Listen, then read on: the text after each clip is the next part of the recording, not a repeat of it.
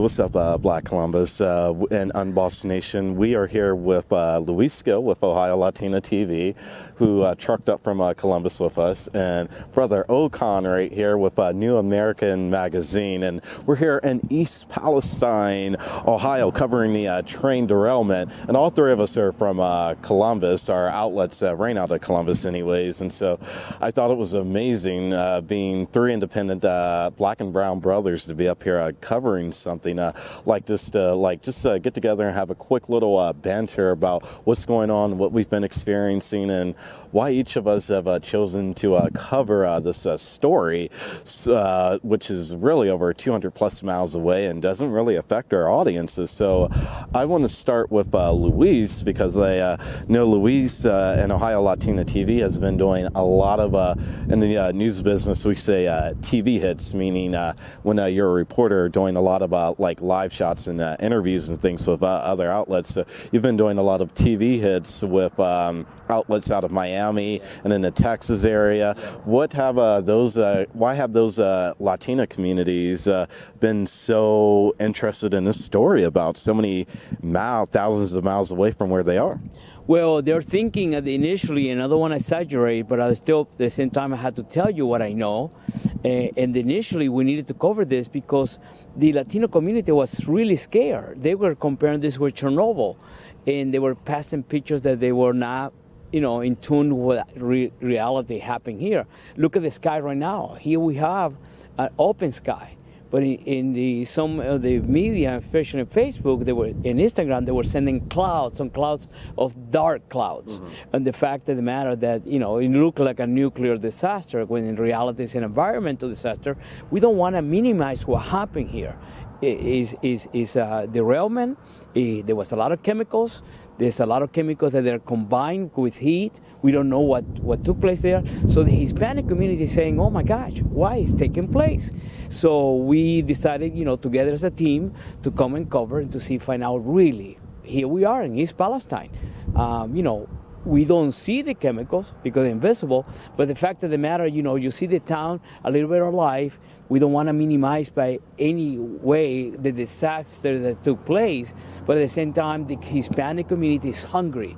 What is taking place? And we literally, feeding. I mean, we're getting calls from Argentina, Mexico, Miami wants to cover this. Tell us, Luis, what's going on up there, Texas. So here we are, Devante, as a team, trying to help out the community, yet at the same time, hold accountable to who is,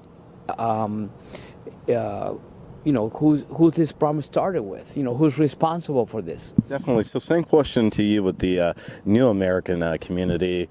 Why'd you make the drive up here? Because we just bumped into each other. Even though we all three of us know each other, we do a lot of work together in Columbus. Ocon, I typically, when Ocon's covering this type of news, I know it's a big story. And so we were already set up in the press conference with the EPA administrator and both the Ohio and the Pennsylvania governors and a couple congressional officials and things like that. And Ocon comes strolling in. I had to do a double take, everybody, because I was like, wait a minute, that's Ocon. So Ocon, why is the New American community so interested in this, and how does it affect you guys? So we cater to all immigrants and refugees from all continents, right? I used to live in a rural area of Brookshire, Texas, and there was a large population of Hispanic Americans. So in some rural area, there's a large population of immigrants. If those people that are out there who do not know, so when a chemical like this happens, it affects everybody, right? So it was important to come out here and talk to some of the residents. Now, I grew up in a farm area back home, and even in Texas as well. So I had an opportunity to talk to a lady who she's a farmer, and she's concerned with the soil, right? How is this going to potentially affect our cattle, livestock, and those things? So those things are important. There's a large population of black immigrants, or even African, even brown Americans that are farmers as well, Latinos as well. Mm-hmm. So this chemical potentially could affect the rural area of the immigrant population, so that's very important. And one statistics, Ohio is actually ranked number 10 as derail issues that happens in the United States. Texas number one. And we got a second one, that happened not too far from here, So here we are, what we need to be more prepared. The government, even though they are coming out, I congratulate the governor of Pennsylvania and Ohio. They're really foot on the fire right now. But the fact of the matter, the tragedy is tragedy. So I had the opportunity to talk with he's a local reporter for this area, because this area, I'm not even going to lie, is a news desert.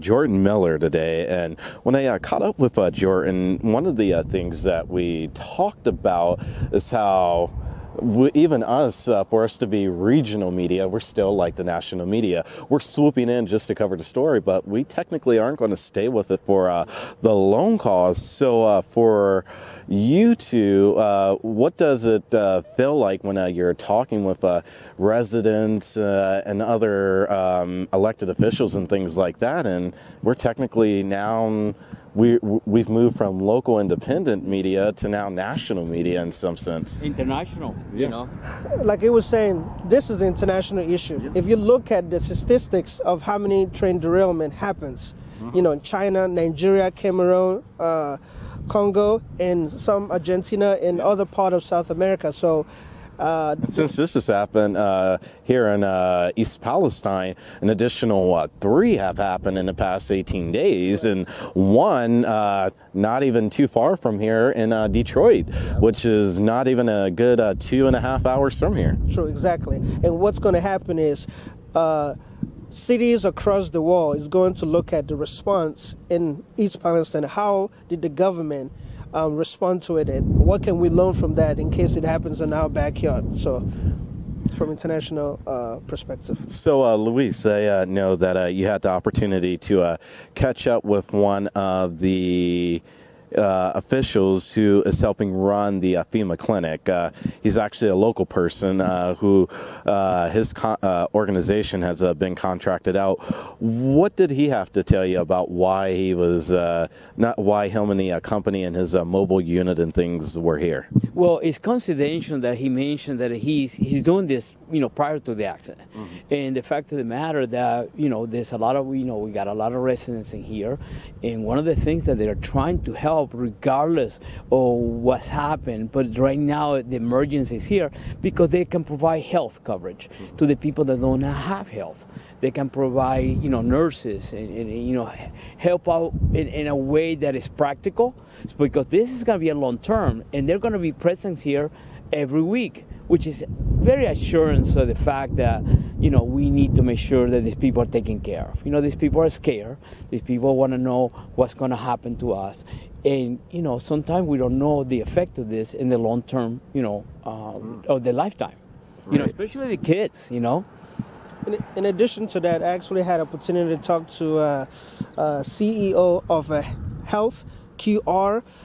They provide home testing kits because obviously people in this area are going to be tested as far as if there's any toxic that that are imploding into their bodies. So they came here this morning, and what they're going to do is they're going to give the free testing to local residents. So that's one of the things here. There's a lot of nonprofit organizations that are here.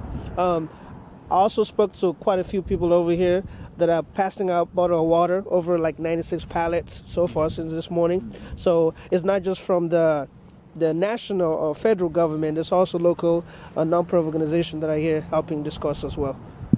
Awesome. So as we prepare to wrap this up, what's the one takeaway when you cover things like this? Because we get to go back home. The residents, they don't get to go back home. So what do you take away from this? How do you manage to sleep at night? Because one thing as journalists, no matter what type, whether you're working for corporate, mainstream, or independent, we all have the same struggles at the end of the night with taking work home with us, because these stories deeply affect us. So how do you manage to deal with that? So when I'm talking to politicians from both sides during the election season, one of the things I've always asked, because I've had the opportunity to live in a big city, I've also had the opportunity to live in a rural area. So when something like this happens in a rural area, it affects a lot. local residents, livestock, because some of them are farmers, right? So it's not just, coming here and covering an event. It's going to be a long-term problem because, like we were saying, there are going to be other cities across the United States in the world that's going to, this issue might happen, right? So how they address it here is going to ultimately determine of how the response time from other cities and countries. Yeah, okay. It's a teachable moment, we're all going to learn from this. I did talk to a couple of residents. They don't want to be in cameras. They don't want to, this is a town that is shy. Mm-hmm. They just want to be left alone, like the mayor talk about it. They just want to live their life. And, fortunately, disaster happened, we all going to learn, like Kokan said, we all going to learn from this. It's how they're going to handle this. And it's amazing to see both governors from Pennsylvania, Ohio, foot on the fire. I know the governor very well. Through the coronavirus, he was, so he was in front of everything. But the residents, you talk to them, it's a different story. They're worried. They don't want, they want to know what's going to happen to their town in the long-term, effect. Yeah. So, and those are the things, we are, trying to help out. And that's one of the things I did admire about the two governors is the governor of Pennsylvania, Governor Shapiro, and our Governor DeWine. Our Governor DeWine's a Republican. Governor Shapiro's a Democrat. Democrats and Republicans coming together. One of the governors actually mentioned that in the press conference.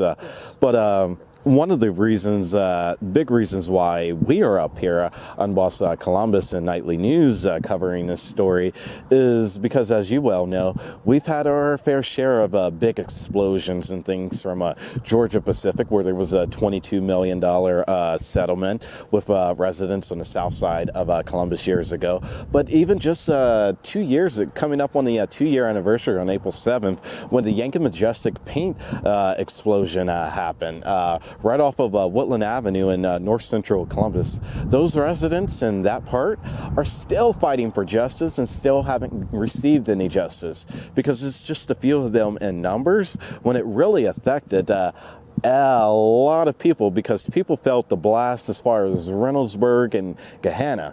I know our studio at the time was not even a quarter of a mile from the paint explosion. I know our studio felt it, but I had just left the studio prior to the explosion. Got home. I live about 1.5 miles from it, literally up the street, 1.5 miles, no turns.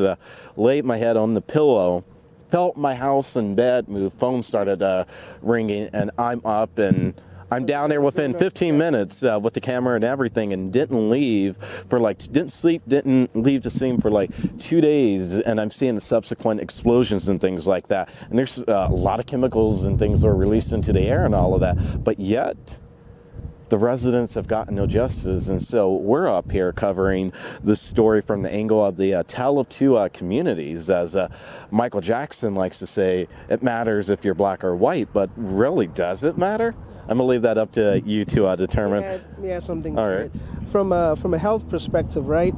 A lot of people like to focus on COVID, right? The vaccine. But they don't know that any toxic chemical that explodes in the air, right? You got cancer, you got liver, you got kidney and lung issue, right? So those are the health effects that comes with this that people need to focus on, right? So I believe they need to do more based on just talking to city officials compared to talking to local residents. Is it two different equations, right? Totally. So from a health perspective, the health effects may not happen right now, but eventually it can start deteriorating in your body. So that's why testing and encouraging residents from here to get a lab done as soon as possible. That's one of them. Very important. So for Nightly News in East Palestine, Ohio, I'm Devontae Goins, and as I always say, remember, Black Columbus, remember to keep it real because your conscience depends on it. Peace. I am so thankful for StreamYard. I love StreamYard. I'm thankful for StreamYard. I love StreamYard. I am super thankful for StreamYard. Show that focuses on our issues, our concern, our stories, our voices, and our perspectives. It's less than 20 people, so everybody want to scream on social media about how Black lives And when you only report one side of the story, that's not reporting. Right. And that happens way too much in with our major media establishments in this town. It's like, what's up, everybody? This is Ron Lyles here. Peace, Big Bless. I'm Chemistry Maestro. My name is Gregory J. Watkins. I'm the director of the Worship and Praise Chorale, and you're watching Unbossed Columbus.